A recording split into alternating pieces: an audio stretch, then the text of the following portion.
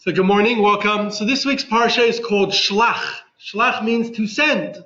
And Hashem tells Moshe to send spies, although Rashi tells us that it wasn't actually an instruction. Rather, Moshe requested from Hashem to send spies to spy out the land. The people are now camped at the edge of the promised land, and Hashem allows him to do so. And so he sends out 12 spies, one from each tribe, and one member of each tribe as a spy to scout out the land, then spend 40 days scouting out the land, see what kind of land it is. They come back with a sampling of fruit from the land, and when they come back, they say that yes, it is a wonderful land with giant fruit. They bring these giant fruit. However, they say the people over there are very large and very powerful. The cities are very heavily fortified, and there's no way we will be able to capture it. Two of the spies, Caleb from the tribe of Judah and Joshua from the tribe of Ephraim, they both say otherwise. They insist that yes, if Hashem brings us to the land, He will certainly allow us to capture the land. But the spies continue to insist, the other 10, that we will be unable to capture the land.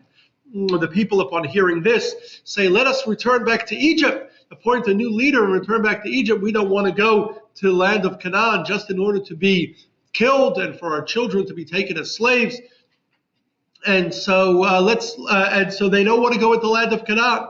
And Hashem then appears to Moshe. Hashem is very upset at the people. He says, "I'm going to destroy these people in a moment." Moshe and Aaron beg. Moshe begs for forgiveness for the people. And so Hashem relents and agrees to forgive the people.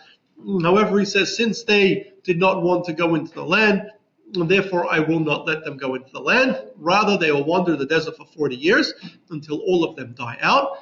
And their children, when will then be adults, will then get to go into the land in 40 years. And so Moshe tells the people are very, very upset. Some people say, no, we do want to go into the land. They say, we're going to go regardless. Moshe says, you can't go because Hashem said not to. And some people try to go regardless without Hashem instructing them, and they are attacked by the Amorites, and they are all killed. And so Moshe then, Hashem then speaks to Moshe and gives him various commandments with regard to the land of Israel. And he tells him how when you come to the land of Israel, when you make bread, you will separate challah, separate a piece of the dough from the bread, and you will give it to a Kohen. That's a mitzvah that we still observe today, even outside the land of Israel. It's a rabbinic command outside the land of Israel to do it. When we make dough, we separate our certain amount of dough. We separate challah. I think we once did a class on challah. Then Hashem also tells Moshe about how when you bring sacrifice, along with the sacrifice, you should bring certain flour offerings with each animal and certain wine offerings that will be poured on the altar alongside each animal sacrifice.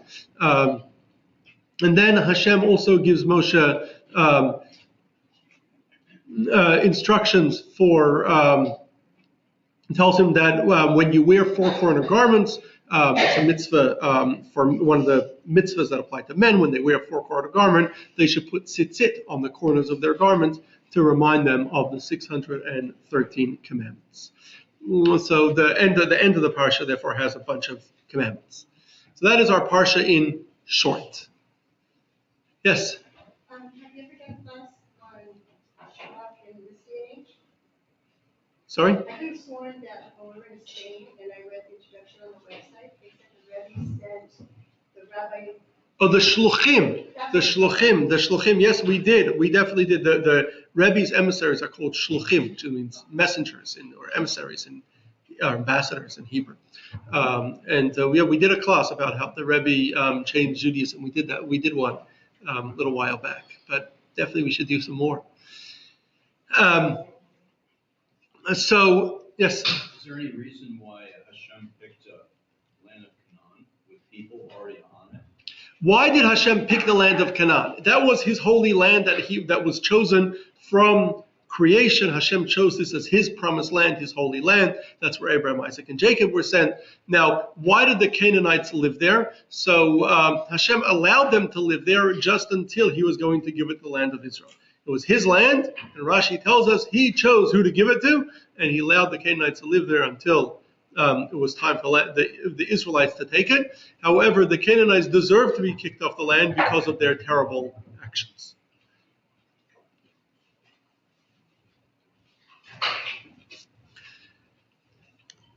So let me just mention one thing, upcoming thing, not this week, but in 2 weeks from tomorrow, will be the Rebbe's 30th anniversary of the Rebbe's passing in 1994. So it's 2024, so it will be the 3rd of Tammuz.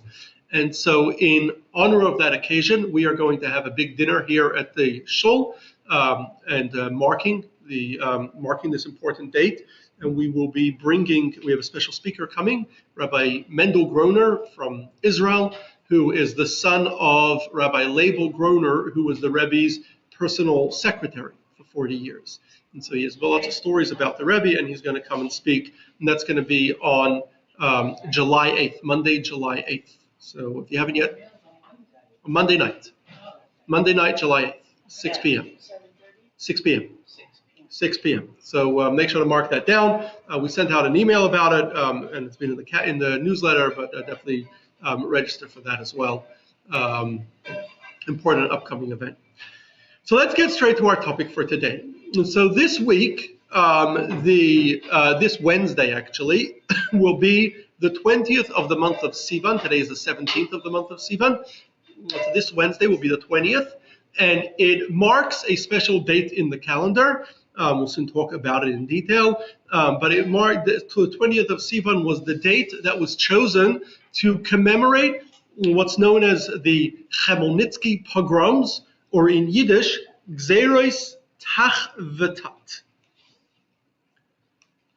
One of the worst tragedies that befell our people in our history was the Khmelnitsky Pogroms, or known in Yiddish as Gzeros Tach V'Tat, that took place in Poland, in Ukraine and Poland, in the years 1648 and 1649, so almost 400 years ago.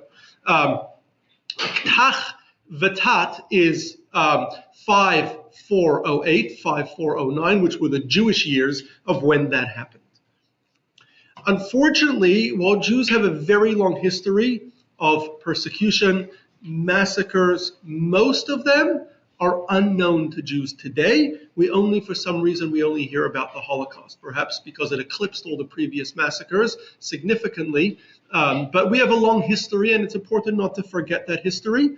While on the one hand, we don't want to dwell on our history of tragedies, and we spend most of our time talking about other things, positive, good stories in history, our laws, our values, but we should also something, it's still important, and it's something that we should not forget. While it shouldn't be the focus of Judaism, it is something that we should remember, and it's important not just to remember the Holocaust. I think sometimes we're told about the Holocaust to the point, which we do need to learn about it and remember it, but where it essentially eclipses or we forget about the long history and we forget about the context in which the Holocaust took place, in which our current rise in anti-Semitism is taking place, and the massacres on October 7th took place.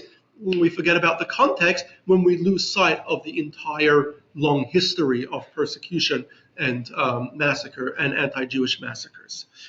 So it's important to be aware of it. So though it's not a pleasant story, I want to tell the story so that you know it, and I hope to at least tell you briefly what happened in these massacres and what that means to us today. Let me begin by giving you a little bit of a background as to what was going on in 1648.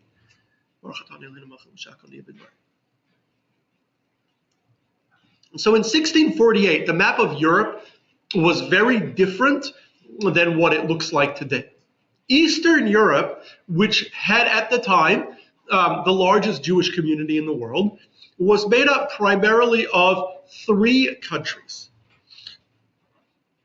Almost all of northern Eastern Europe was part of the Polish-Lithuanian Commonwealth, which was a very large kingdom that included most of modern-day Poland, virtually all of modern-day Poland, Lithuania, much of Latvia, Belarus, and most of Ukraine. It was a very large kingdom covering much of northern Eastern Europe. Southern Eastern Europe, including southern Ukraine, Crimea, the Balkans, Romania, parts of Hungary, were all part of Bulgaria, were all part of what was then the Ottoman Empire, based in Constantinople, modern-day Istanbul, which controlled much of the Middle East in North Africa, the Middle East, and southeastern Europe. To the east of Ukraine, the Polish-Lithuanian Commonwealth, was Russia, which was based in Moscow, originally the Muscovites, similar to where European Russia is today, although it didn't go as far west as Russia today. They definitely had no outlet to the Baltic Sea. St. Petersburg didn't exist at the time.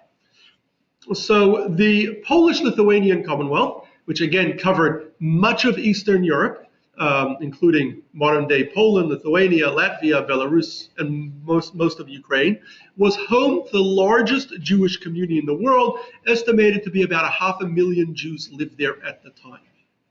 It was a very, very large Jewish community. Jews had been invited to move to Poland some 300 years earlier, starting in already in the 12th century, 13th century, but they really started moving in large numbers in the 1300s and 14th century. That's when they really started moving in large numbers. They first came from Germany. Jews lived in large communities in Germany, but Jews in Germany, when Germany was not a country at the time, throughout much of its history till the late 19th century, Germany was many different states, small states. And so that were roughly joined together in what was called the Holy Roman Empire. But it was it wasn't really a united kingdom. And so, but Jews faced a lot of persecution in Germany. They had faced many massacres in Germany. And so when the Poles invited Jews to come and help develop the fast-growing country, many Jews moved eastward. In the mid-1300s, late 1300s, Jews were expelled from France. Many of them moved westward, mostly to Germany. Many of them moved to Poland.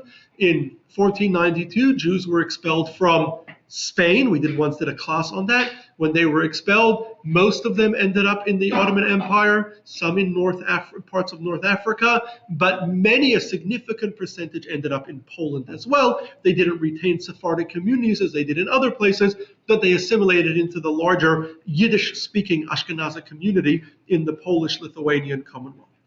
Now, Jews were treated relatively well in Poland. They were second-class citizens because they were Jewish, and Poland and Lithuania was a Catholic country, and so they did not have full rights, but they were professionals. They controlled much of the commerce in Poland. They managed Poland, like most of Europe at the time, was feudal, meaning the land was owned by the landed class, by the aristocracy, and the vast majority of the people were poor peasants, serfs, who were essentially slaves for the aristocracy, basically owned by the aristocracy and had to work their lands, living in small villages on these large estates. So most of the Jews were not serfs. The Jews mostly lived in towns, large cities with some very large communities, even numbering the tens of thousands.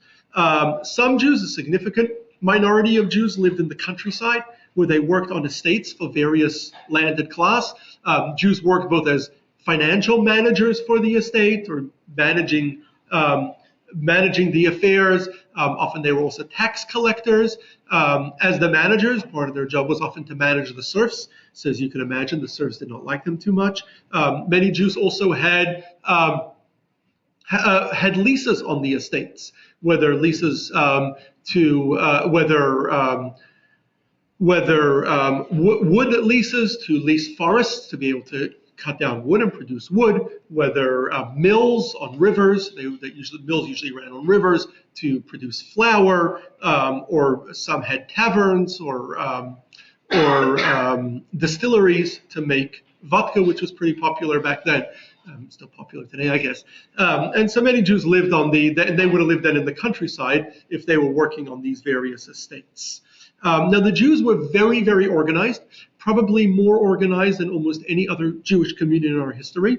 They were granted almost full autonomy for their own internal Jewish affairs by the Polish-Lithuanian government.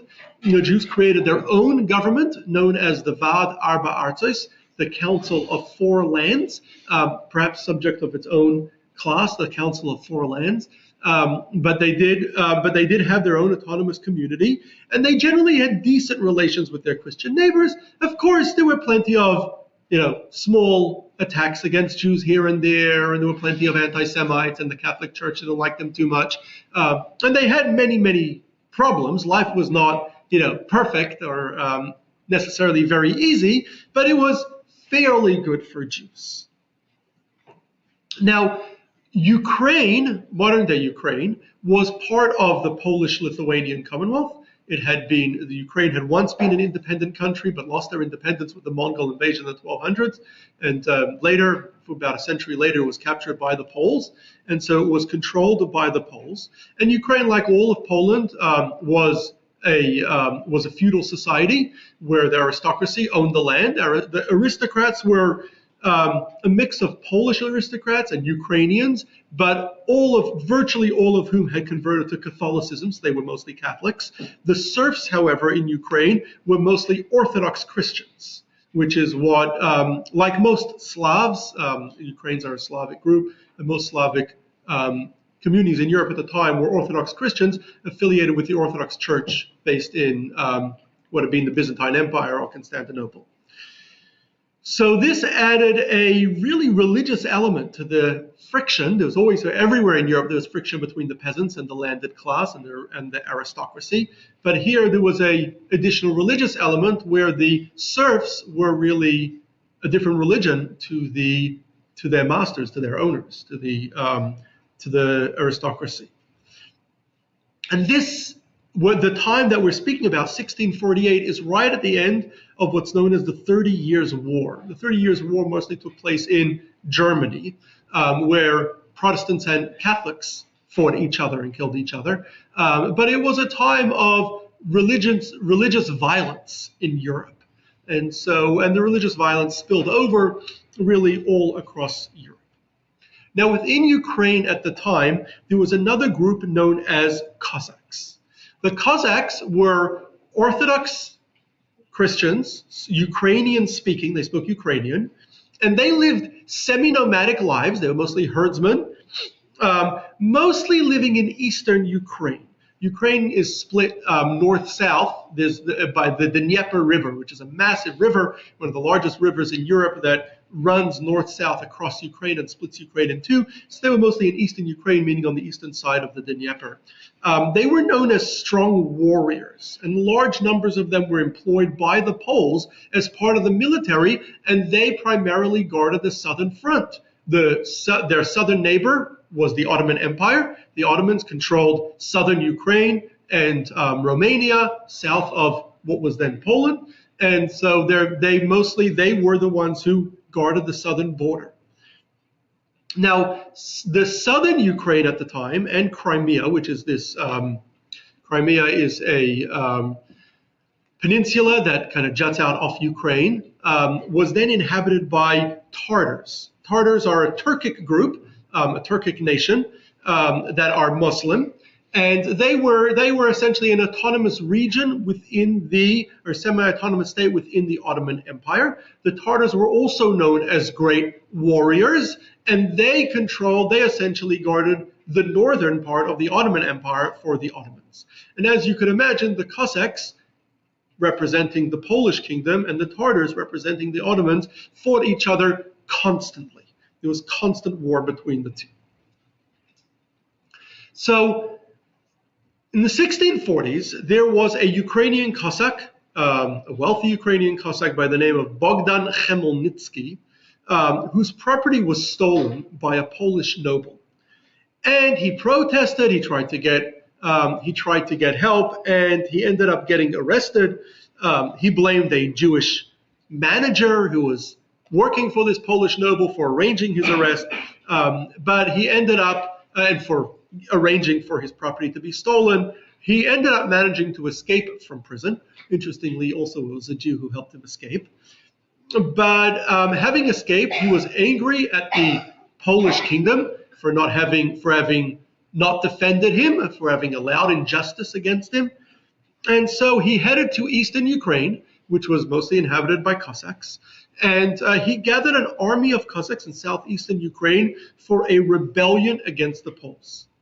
And he gathered together a very, very large army. And he made peace with the Tartars, which were the southern neighbors that they had been fighting for years. They made peace together in order to attack together the Polish kingdom. Remember, till then, the Ukrainians had been fighting on behalf of the Polish kingdom. The Tartars didn't like the Poles either.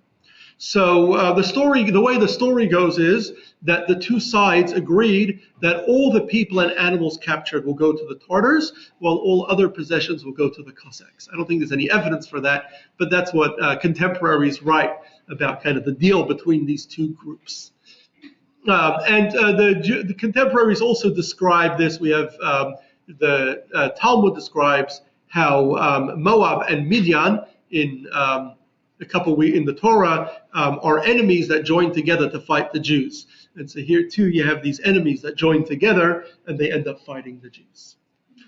And so the joint Cossack and Tartar armies quickly overwhelmed the Polish soldiers east of the Dnieper, which is this major river that dissects Ukraine north-south. So runs north-south, dissects Ukraine east and west. And so they quickly overwhelmed the Polish soldiers there and quickly essentially create an independent state east of the Dnieper. Many of the Polish soldiers, remember, were Cossacks themselves, who simply switched sides. In April of 1648, the Cossack and Tartar armies crossed the Dnieper, and they quickly defeated the Poles in two major battles. When news spread of Cossack victories, other Cossacks in various parts of Ukraine, as well as Ukrainian serfs or peasants all across Ukraine, rose up against their local lords, believing that they would gain independence. Word soon got out that the brutal Cossacks were killing all Polish nobles, all Catholics, as well as which most of the Catholics in that region were Poles, Polish nobles, as well as Jews.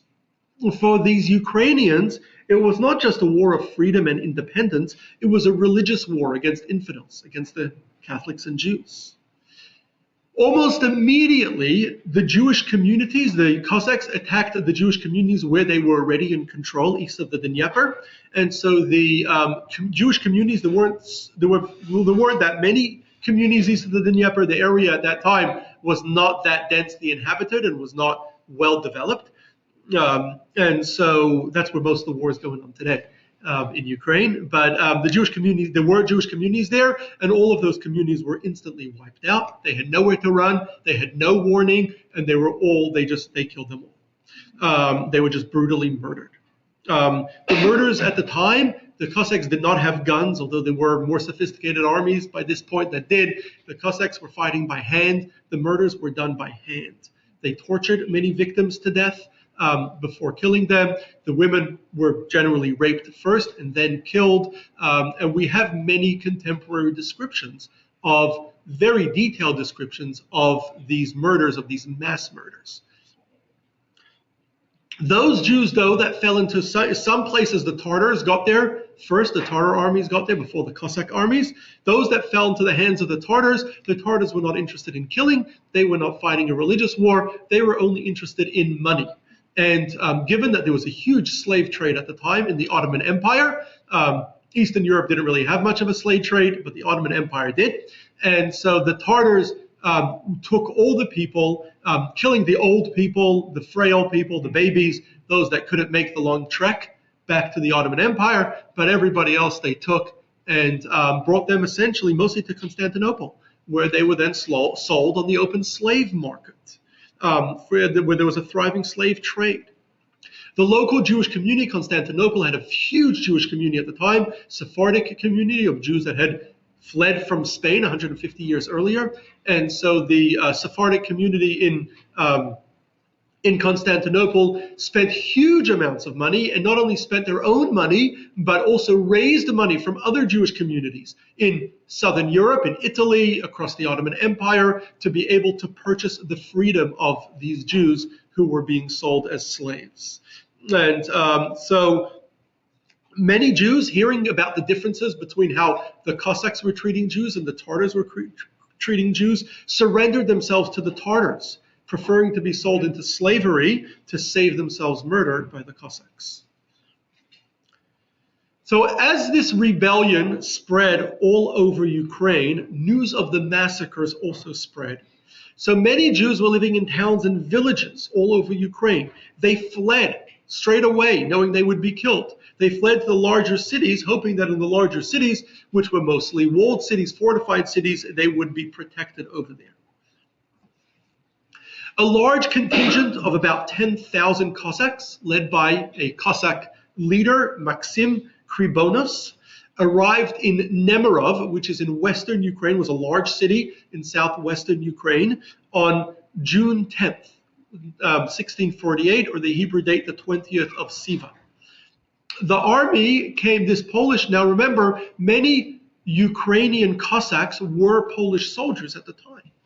So these Cossacks, who were part of the rebels, came with Polish flags, dressed in Polish army uniforms. And so the people guarding the gates, guarding the city, thought that they were a Polish army that had come to help defend the city. They opened the gates for them. The city was quickly overwhelmed.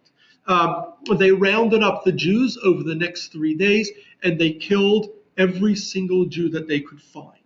In total, about 6,000 Jews were killed in Nemirov during those 3 days.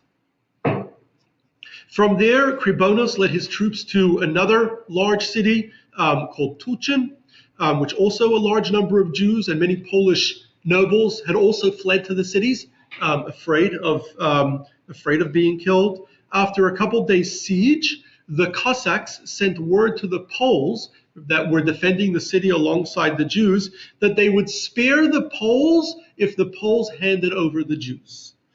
So the Poles agreed to this treachery, and they allowed the Cossacks into the fortified town. The Cossacks rounded up all the Jews into one holding area, and they gave them the offer to convert to Orthodox Christianity or be killed. All of them refused to convert, and about 1,500 Jews were killed there. But then the Cossacks then turned on the Poles, and they didn't let the Poles didn't get away with their treachery, and they proceeded to kill them as well. At the same time, this is again late June of that year. Another contingent attacked the town of Hummel in Belarus in the north, where they also slaughtered Jews. And these attacks continued. They went from city to city, town to town, across much of Ukraine, most of Western Ukraine, even into southern Poland. Wherever they came, every city they were able to capture, they slaughtered Jews. Some communities were attacked not by the Cossacks, but by the Tartar allies, who rather than slaughter the Jews, they killed the old and frail people, killed the babies, and the rest they brought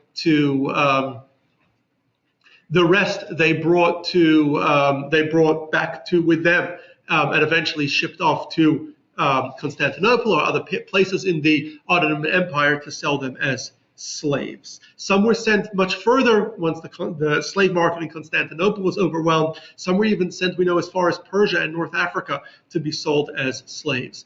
Almost all those Jews that were sold as slaves, thankfully, were purchased by the local Jewish communities, who we have letters from that period, Jewish communities sending each other, kind of asking for help in funds to save Jews and purchase Jewish freedom, and almost all of them were purchased. Most of those Jews ended up making it back to Eastern Europe. They want to go back to find their families. Some cities were spared. A handful of cities were able to hold out, were well fortified, and were able to hold out from the Cossack invasion. One notable city was the city of Lvov, which is today in Western Ukraine, the largest city in Western Ukraine. It had a very large community at the time. It was one of the largest cities in Ukraine. And the attacks continued for about 6 months until November 1648, when the Cossacks, when the Poles offered to negotiate a truce, and so the Cossacks stopped their advance at that point. In May of 1649, this is going forward 6 months. Remember, they couldn't really fight in the winter in that part of the world. It's very hard to fight in the winter, especially back then. So anyway, they needed to break for the winter. But in May 1649, the talks broke down and the attacks resumed. It wasn't until the end, again, they continued attacking cities, and wherever they came, slaughtering the Cossacks, slaughtering Jews, and the Tartars kidnapping them and selling them into slavery, sending them over to the Ottoman Empire to be sold as slaves. It wasn't until the end of the summer in 1649 that the Poles agreed to give the Ukrainians autonomy or autonomous control over much of Ukraine. It didn't end there. In 1650, the Tartars switched sides. The Poles managed to buy them off, and they switched sides to the Polish side against the Cossacks, and hostilities were renewed, and this time the Cossacks suffered multiple defeats. Well, the Cossacks, who were now weakened, turned to the Ukrainians, turned to another old enemy of theirs, the Russians, who were based in Moscow at the time. In 1654, they signed a treaty with the Russians, and in the spring of 1655, together the Ukrainians and Russians attacked Poland. This time they came through the northeast, through Belarus and Lithuania. Those Jews by this time already knew about the terrible slaughters and managed to escape ahead of the invading armies. The armies managed to capture Vilna in August of 1655 of that year, and Vilna at the time was probably the largest Jewish community in Poland, but most of its community had fled by then. The few that remained, they found and they killed those that had remained. By October, coming from the south, they reached Lublin in South Poland. There they found 2,000 Jews that had not managed to escape, and they were murdered as well. At the same time as this Russian-Polish invasion from the south and the east, at the time, what today would be called Estonia, and where St. Petersburg is, and that entire region belonged to Sweden. Sweden was Protestant, and Poland was Catholic, and of course they hated each other. Remember, again, this is just after 30 years of war where Protestants and Catholics had been killing each other across Europe, and given that Sweden and Poland fought multiple wars, and given that Poland had been weakened now with this Russian-Ukrainian invasion, the Swedes invaded from the north as well. Now, the Swedes did not murder Jews. However, many Jews still fled from the battlefield. Still, people died in battle. Civilians died. Innocent people were killed. As a result, Poland, which at the time was was the wealthiest country because it had a huge amount of food. The vast Ukrainian fields, which are the most fertile lands in the world, allowed them to supply much of Europe with food throughout much of history. And because Ukraine had now been cut off with war, and the Swedes had invaded, and the Russians had invaded, there was a terrible famine leading to further deaths. Slowly, the Poles managed to push back the Swedes and the Russians, and eventually peace finally came in 1667. The Russians were given all of eastern Ukraine, which by now was clear of Jews. The Jews had long been killed. And the Polish kingdom managed to survive for another, and they were given parts of eastern Belarus. The Polish kingdom managed to survive for another 100 years until eventually, although it was greatly weakened, eventually it would be swallowed up by the growing Russian Empire, and it would lead Jews into the Russian Empire. Let me take some questions. Yes, Hillary? Why did God allow that to happen? That is an excellent question. That is an excellent question. That is a question that we could ask about any of the many, many atrocities that happened to our people, starting with the destructions of the temple all the way through to the Holocaust. Ultimately, we don't have an answer for it. It's definitely a question that needs to be addressed in its own classes. We've done a class before on why God allows bad things to happen, but we don't have a great answer for it. We wish we did. Yes. Yes, Adele. I forget what you said, why the Swedes attacked, why they just didn't stay in their own territory. Because they could. Back then, it's hard to imagine. But there's still nations that do it today. They attack because they can, right? They Were were, they trying to get more land or something? they wanted to get more land. They wanted to weaken their enemies. The Poland was their enemy, so they could attack. They attack their enemy because they can, right? It's hard for us to put ourselves in the imperial mindset. The Russians still appear to have it, but where they attack people just because they can, Did right? you think we were weak people then? Did you think as a nation, the Jews, we were weak? Well, they were stronger than us. Jews did attempt to defend themselves. We have many records of Jews attempting to defend themselves. We have many detailed records. Many contemporary accounts were written at the time. Perhaps the most famous book was a book called Yavin B'Metzula, which translates as Greece in the net. The Ukrainians in Jewish sources were almost always referred to as Yevanim, Greeks, because of their Orthodox Christianity. Many saw it even as a war between Greek and Rome, kind of this this spiritual battle between Greek and Rome that goes back, to the early days, to early times. The Roman Empire split, right, between East and West, and here again it was a battle between Catholics and Orthodox Christians. And there are many details of particular massacres, particular stories. Perhaps the most famous of all those stories is the story that I guess brings out both the horrors of the time and what we call the Yiddish Cup, right? The Jewish mind. It's printed in Yavin B'Metzula, this story, and it was probably a classic that was told at the time. Who knows if it actually happened? But the story is told of a Jewish woman who was grabbed by a Cossack who was going to rape her, and so she turns to this Cossack and she says, "You won't be able to harm me." He says, "Why not?" She says, "I have Jewish magic, and Jewish magic will stop you." He says, "Really? What kind of Jewish magic do you have?" She said, "Let me show you. Take your gun, point it at me. I'm going to say a magic spell, shoot, and you'll see that nothing will happen." And so he takes his gun, he points it at her. She cries out, "Shema Yisrael, Hashem Elokeinu, Hashem Echad." He shoots, and she dies. And she died. And she died. It's a sad story that brings out the Yiddish cup, the way she was able to avoid being raped. So instead of being raped. It's a very sad story. It's a horrific story, but it brings out, how Jews were able to outsmart their enemies, even in the most horrific times. And that's one of many tales that are told again and again from that period. So both contemporary and historians at the time and later historians, even till the modern day, grappled with the question of why the Ukrainians were in a rebellion against the Poles. They were fighting the Poles. Why were they killing Jews? Innocent Jews who did nothing. Now, there was clearly, in addition to it being a rebellion against the Poles, there was an intent to destroy Jews, what we'd call today genocide, right? To destroy the Jewish community in Ukraine. So historians, and this really goes back even to the time, people at the time claimed that Jews managed the estates of the landed class.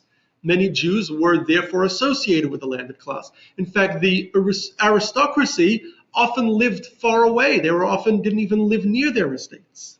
And so the people that the peasants came in contact with were the Jews. It doesn't fully explain it, because it doesn't explain, firstly, while the peasants were very much involved in this uprising, most of the people fighting were Cossacks, who were not serfs. They were independent, semi-nomadic peoples that lived in southern Ukraine, eastern Ukraine, that were very much independent and were not serfs at all, and were mostly soldiers, and did not have a lot of interaction with Jews. They would have had some interaction, presumably, just because Jews lived in the area. It also doesn't explain why were they murdering Jews in cities. They weren't just murdering the Jews in the countryside, who were the ones that worked for the nobles. They were murdering Jews in every city they came to. The Jews in the cities weren't working for nobles. The Jews in the cities were artisan, craftsmen, merchants. So there was clearly a religious component to it. The war itself was seen by the Cossacks as a battle against Catholic infidels. And as we've seen, we saw with the Crusaders, when there were Crusader armies going to fight the Muslims, on the way they killed Jews as well, because they're also infidels in their view.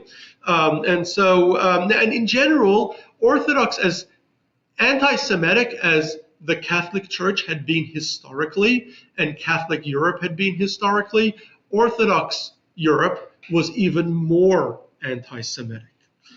The Catholic Church had always preached what they call replacement theory, that Jews were replaced by Christians, and Jews were meant to suffer for rejecting Christianity, and Jews are to blame for killing their God. But officially, the Catholic Church always believed it was wrong to murder Jews. In reality, plenty of Jews were murdered in Catholic lands. But at least the official doctrine was that murdering Jews, persecuting Jews was okay, murdering Jews was wrong. In Orthodox Christianity, they didn't have that divide. They didn't see anything wrong with murdering Jews, who they saw as infidels.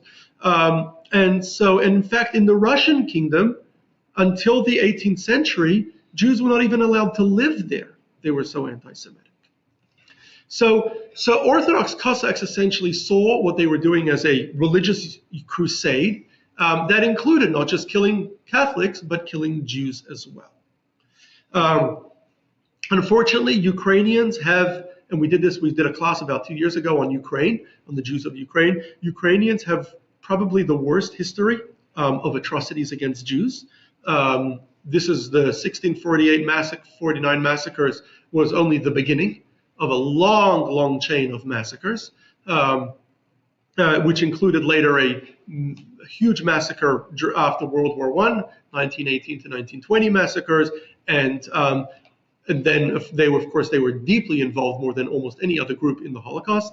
And was only that anti-Semitism in Ukraine was only really reversed fairly recently, in the last couple of decades.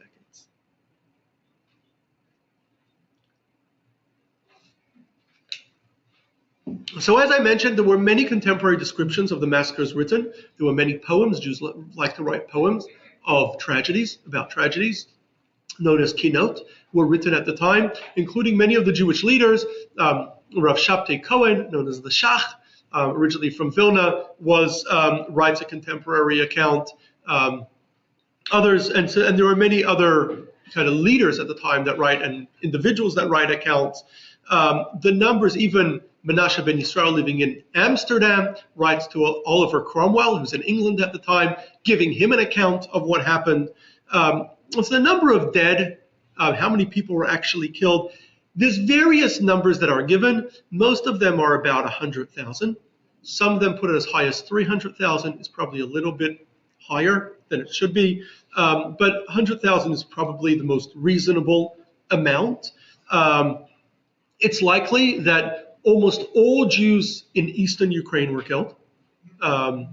Eastern Ukraine was totally empty of Jews after this. The rest of Ukraine, in central and western Ukraine, the Jewish community was decimated. Probably more than half the Jewish community there was killed. It was probably about a quarter to a fifth of the total number of Jews in the Polish-Lithuanian Commonwealth. Lists of communities that were destroyed give us about 300 Jewish communities that were destroyed, many of them small communities, as well as a couple of large ones, such as Nemirov that we mentioned, Tulchin and Hummel, and a bunch of other very large ones that were destroyed. Recent historians have made attempts to revise those numbers down, some based on kind of looking again at the available evidence. Some put it down to as low as 20,000 to 40,000, but it was generally the larger number was considered accurate until fairly recently, the number of about 100,000. Whichever it was a huge number of massacres, and these were not people who were killed in gas chambers, or even with bullets. These were people who were killed literally by hand. Yeah. It was a huge number. It was at the time, Rav Shabtai Cohen, the Shach, describes it as the largest massacre of Jews since the destruction of the Second Temple, which it almost certainly was. This brought an end to the 300-year or so golden age for Jews of Poland. Just to be careful, remember that the golden age doesn't mean that life was always good for Jews in Poland. They suffered plenty, but it was fairly good for Jews at the time. Jews at the end of this war, which really didn't end till 1667, so it was really about 20 years of war, although most of the massacres happened in the first year and a half. Jews at the end of the war saw their communities destroyed. Many of them were totally impoverished. They had lost their livelihoods, they had lost their jobs, they had lost their businesses, they had lost their money. It began a period of great suffering for Jews of Eastern Europe that would culminate a century later, or a century and a half later, when Poland would be incorporated into the Russian Empire, and then that would lead to the real horrific conditions for Eastern European Jews that you've probably heard about in descriptions of the shtetl and descriptions such as those in Fiddler on the Roof of the horrible conditions that Jews lived in eventually in the Russian Empire. Remember, the Russians were really, really anti-Semitic. Many Jews also fled Poland during these massacres. They fled mostly south and west to Ottoman lands in Hungary, Transylvania, and Wallachia, which are both part of modern-day Romania. And so this was really the beginning of the large Hungarian and Romanian Jewish communities. Prior to 1648, Hungary and Romania, as part of the Ottoman Empire, had small Sephardic communities, Jews from Spain, exiles from Spain, that had essentially moved around the Ottoman Empire and moved as far as parts of Romania and Hungary. But now, huge numbers of Ashkenazic Jews from Poland crossed the Carpathian Mountains from Ukraine and made their way into Hungary and Romania. And so this was really the beginning of the large Hungarian and Romanian Jewish communities that thrived. Many people will tell you that their grandparents were Hungarian, from Hungary, from Romania, and so they got to Hungary and Romania during this time. That is when they fled. So after the massacres and the many who fled Poland, and many people fled Poland at the time, as a result of both the massacres, which probably killed about a quarter of the Jews living there at the time, and another quarter fled, the Jewish community was essentially cut in half. It was half of its original size. It went from probably about the numbers are the estimates are all over the place, but probably from about 500,000 strong Jewish community throughout the Polish-Lithuanian Empire to about 250,000. Over the next 250 years, though, despite the persecution, the Jewish community would grow from natural growth, just from natural growth, until it reached about 5 million before World War I. And it remained, even at 250,000, it was still the largest Jewish community in the world at the time.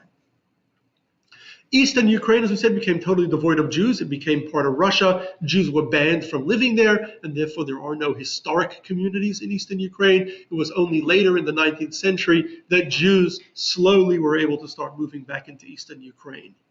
The Western Central communities in Ukraine did rebuild, but never really rebuilt to what they had been. While the Polish, Lithuanian communities in modern-day Poland, Lithuania, Belarus did manage to really rebuild and become much bigger and stronger, the communities in Ukraine, which had been almost entirely decimated in this war, and they bear much of the brunt of it, they never really managed to rebuild to what they had been. And then they would later be decimated in those 1918 to 1920 pogroms that killed most of those Jews in those same areas in central and western Ukraine. So at the time, the massacres became known as Gzeras Tach V'Tat.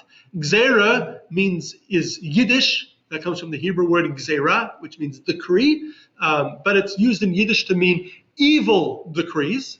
And so it's the evil decrees of Tach V'Tat. Tach is 408 and 409, or 5408, 5409 in the Jewish year. And so these were the decrees of those years, 1648, 1649. And they were, as we mentioned, the worst anti-Jewish massacres since the destruction of the temple. More than that, by that point, more than 1600 years earlier. The Jewish communities at the time banned celebrations for a period of time. They banned music at weddings in order to mourn the destruction of all these communities. And they created a fast day on the 20th of Sivan, which is the date of the fall of the town of Nemirov, which was the first large massacre in the war on the 20th of Sivan in 1648. And this fast of the 20th of Sivan was observed by Eastern European Jews for centuries afterwards, really all the way until the end of Eastern European Jewry with the Holocaust. And so while we have seen, unfortunately, other horrific anti-Jewish massacres since, and most notable, of course, is the Holocaust, which dwarfed any other previous massacre simply in its size, in the number of people killed, in the area where people were killed, but the massacres of 1648, 1649, the Khmelnitsky massacres associated with the leader of the uprising, Bogdan Khmelnitsky, known also as Gzeres Tach V'Tat, the decrees of 5408, 5409, are among the worst in our history, and they're an event that we must not forget. So while it is a sad story, a very sad story to share, and I'm sharing because this Wednesday will be the 20th of Sivan, it's a sad story to share. We try to mostly focus on positive things, but it's important to remember these stories, to know these stories. And as I mentioned at the beginning, there's been a lot of work in the last 70 years to remember the Holocaust, to keep it alive. Almost every Jewish community in the world today has a Holocaust museum, and there's countless autobiographies, films, books, and the like about the Holocaust, and which is important. Although, again, Judaism should not focus on the tragedies, but we also should not forget it. It shouldn't be the focus of our Judaism, but we should be aware of it. But it's important to keep the Holocaust in context and remember that we Jews have suffered these kind of massacres repeatedly in so many different places. They have always hated us. There have been people hating us. There are, according to the ADL that does regular surveys, a significant number of people hate Jews still today. In many, many countries, it's more than 50% of people hate Jews. And thankfully, we don't live near them anymore. In this country, most people don't. But it's important to put it in context and remember that people have hated Jews for a very long time. Some who have hated Jews just to the point that they discriminate against Jews or mistreat Jews, many to the point that they have massacred Jews over the years. And it's important to recognize that even as we see today, the massacre that we saw on October 7th this past year is really just a combination of countless other massacres that happened in the land of Israel by Muslims, by others, in other Muslim lands, by Christians, that it's just a continuation. It's part of a long continuation of Jew hatred. And it's important to remember, because we're seeing this in this country, we've seen a huge rise in anti-Semitism. It's important to remember both that anti-Semitism is there, we cannot ignore it, don't pretend it away. Unfortunately, I'm hearing more and more from Jews who are, tell me, yeah, they only don't like Israel. It's only an issue with, the Israeli government, even Israel. It's only the Israeli government they don't like, or the Israeli prime minister, but they don't have a problem with Jews. The reality is that's not the case, and the evidence is overwhelming, but we don't see what we don't want to see. And it's important to see it in that context. And remember also where this anti-Semitism leads. It starts off with persecution, but it leads sooner or later to terrible massacres. So it's important to remember that, and we have to be vigilant, not just for ourselves, but also to publicly call it out and stand up to it. Well, we shouldn't live in fear, and I think it's very important that we don't live in fear. A few weeks ago, we did a class on how to combat anti-Semitism. The best way to do that is by standing proud as Jews. We should do that. We should not live in fear. We don't gain anything from living in fear, but it's important also to stand up to it, recognize it, and not to just wish it away or pretend that it's not there.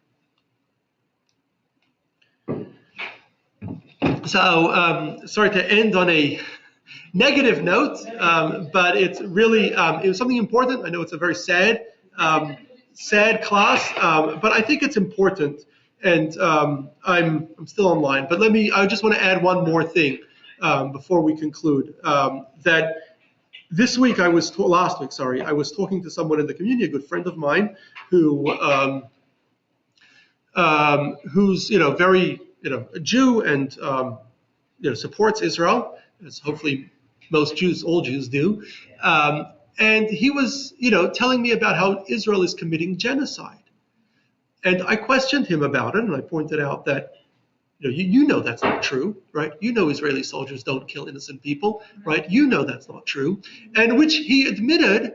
And so then I questioned him, well, you know it's not true, right? Even though you greatly dislike, he of course blames the Israeli prime minister, who he greatly dislikes, which regardless, it doesn't matter that if Israel would be committing any atrocities, that everybody involved would be responsible. And clearly they're not doing it, and there's not a shred of evidence, right? And the claim that Israel is committing genocide is essentially a blood libel. It is like many claims throughout the years of Jews kill Christians, Muslims for all sorts of reasons that are false, and then it's similar to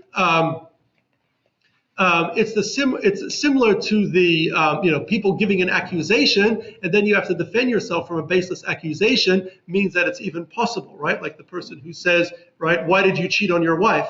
When that even creating that accusation that's totally baseless, that makes the person have to defend themselves from this baseless accusation. It's offensive. And so he recognized that. And so I asked him, why do you think then you said it without thinking that Israel's committing genocide? And he said, you know what, you see it on television. You see people on television repeating it again and again, especially if you watch certain stations, again and again and again. You see it in the newspapers, in the LA Times, again and again and again. These blood libels, they're anti-Semitic, they're horrific, they lead to horrific results, as our history has shown again and again and again. And unfortunately, what's happening is, as I think it was Goebbels who said, that if you say a lie enough times, right, people believe it, and even Jews begin to believe it. So it's really important to be aware of this. We Jews, we should make others, non-Jews, aware of this as well, and be aware that there's unfortunately, a huge rise of anti-Semitism. It's become normalized today. We're seeing it on television. We're seeing it by, maybe fringe, but politicians who are in positions of power, including Jews, who are making accusations against Israel, against Jewish people that are libelous and scandalous. And it's something we have to be very aware of and remember where this leads to. Remember where it goes, and hopefully this story that I told you, something that we must not forget, is hopefully something that can help serve as a reminder for that.